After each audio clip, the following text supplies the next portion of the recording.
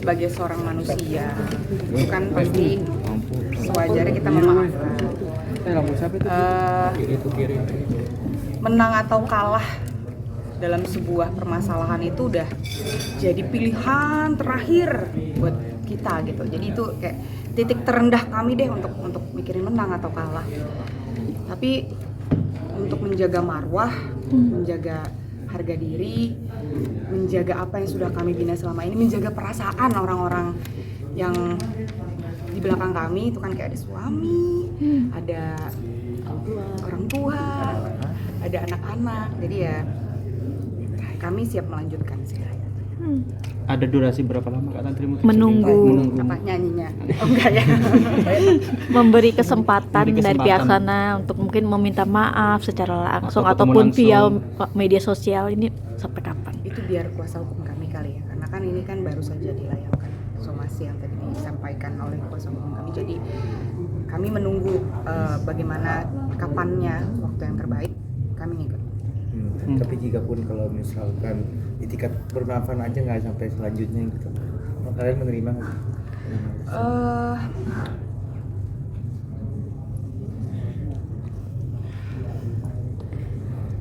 Gak ada yang mau jawab ya? Mungkin gue ya? Itu dijawab padahal ya. Kalau udah memaafkan pasti kita saling memaafkan namanya manusia, tapi itu tadi yang tadi Tantri bilang. Jadi proses mediasi itu kan sudah dilakukan. Yang selama ini ditayangkan itu kan hanya terlihatnya tuh Sela saja yang mediasi dengan pihak beliau. Tapi kan di sana pun ada kami berdua juga. Begitu banyak narasi yang dibuat, dan di proses mediasi itu, yang namanya mediasi itu kan terjadi kesepakatan antar dua belah pihak. Kalau hanya memikirkan satu pihak untuk mementingkan kepentingannya, tidak terjadi kesepakatan. Jadi ya sebenarnya kita nggak kepengen lah ya, nggak kepengen gitu. Apalagi dia itu pernah jadi bagian dari sejarahnya Kotak gitu. Cuman karena itulah yang paling disayangkan, kenapa hal ini nggak bisa diobrolin baik-baik di awal tuh itu.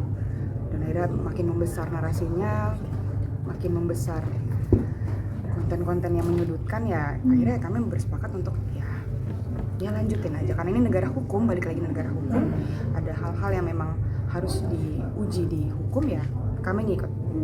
Dan namanya juga kita juga ngeband secara legal kok. Kita bermusik secara legal, kita menghibur banyak orang. Ya kan kita nggak ilegal ya. Dan kita menjalankan kegiatan hibur-menghibur ini juga saya rasa tidak ada kita melanggar hukum itu, tidak ada. Melanggar undang-undang pun juga tidak ada. Jadi kita sepakat bertiga ya Tetap manggung, tetap menghibur, karena ya orang-orang yang minta dihibur ya kita hibur ya. Oke, buat Kotak sendiri ini berarti secara tidak langsung menolak untuk mungkin mengganti nama Kotak dan sudah menghilangkan lagu-lagu ciptaan dari beliau-beliau ini, atau seperti apa sih? Karena kan banyak pro kontra, mungkin publik menilai pembelajaran dari Peter Pan dulu setelah ditinggal dari personilnya harus ganti nama band. Kalau Kotak sendiri seperti apa? Aku rasa perjalanan bertiga selama 12 tahun ya. Terus yang aku bilang tadi, selama kita menjalani ini tidak melanggar undang-undang dan hukum, terus saja berjalan. Tadi sih udah disampaikan waktu pas lagi press conference, cuman saya lurusin lagi.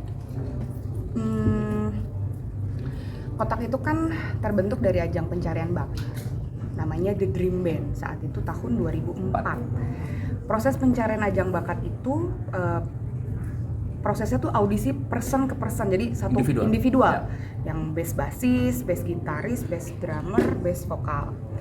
Akhirnya di proses tersebut itu dikumpulin lah, istilahnya dipaksa ngeband, terbentuklah Kotak.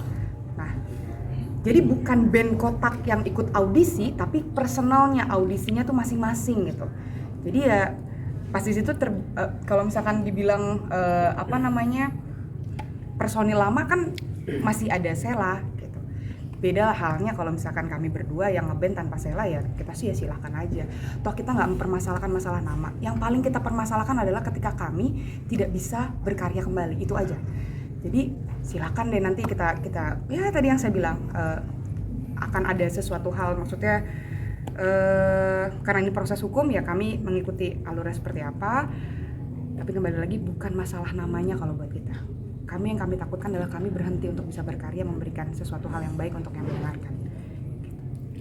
Nah, kalau untuk Posan sendiri kan punya band baru nih. Kalau untuk dari Kotak sendiri supportnya seperti apa sih untuk kepada Posan yang punya band baru nih?